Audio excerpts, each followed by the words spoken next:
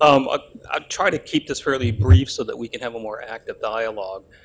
In part, I think something's very important to note about Dr. Schaefer's presentation. I think he clearly covered some of the major compounds which are found in caffeine in the energy drinks of today.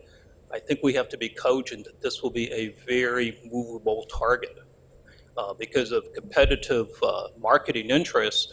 What you see in the market 6 months from now or a year from now that's called an energy drink could have very different types of composition. Illustrative of this, I can find energy drinks that have beetroot in it or pomegranate juice because of their vasodilation effect. So I think we have to be fairly careful about pigeonholing what we think is an energy drink as it relates to other compounds that may or may not interact with caffeine. I'd like to briefly point out that I think we have some other problems, though, and I think about some of the work we saw yesterday. Since this is not just about energy drinks, we're talking about caffeine and food and dietary supplements and beverages.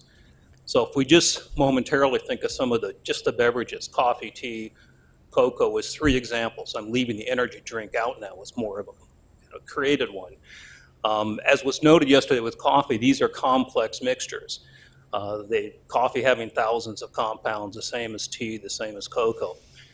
It'd be easy to dismiss that, but one of the things that worries me as we look at the literature is that many of the things in those compounds either can have synergistic or potentially neutral or antagonistic effects with caffeine. And it's just not hypothetical. Just imagine or reflect back on what we spent a lot of time yesterday was on vascular effects. Well, if we look at coffee, we look at tea, we look at cocoa, they have catechins, theobromine, theophylline, chlorogenic acid, and some of those, particularly the catechins, the theobromine, have very potent vascular effects that are typically increase in endothelial relaxation. So kind of the contrast or some of the data that Dr. Higgins showed yesterday.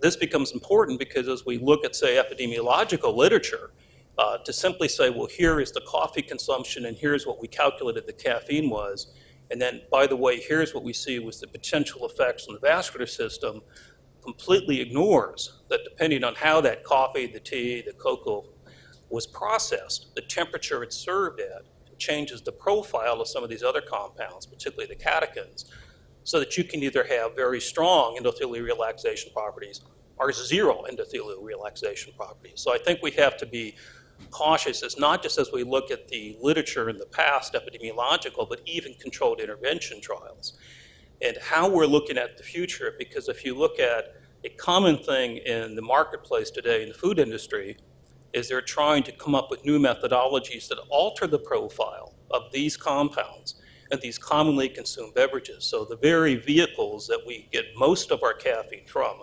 currently are undergoing a lot of metamorphosis in terms of how they're being processed so they can amplify the concentration of some of these compounds. So what are the ramifications of that for past epidemiology studies, ongoing and future, as well as for controlled intervention trials?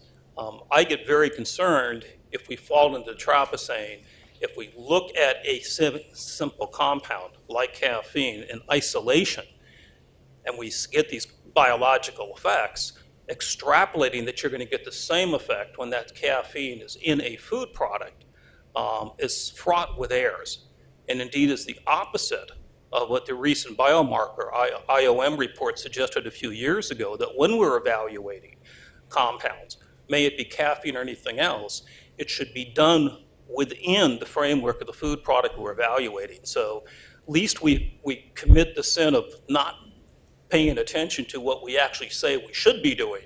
I think as we go forward, this will be a very hot area that may change much the thinking that we have in the field.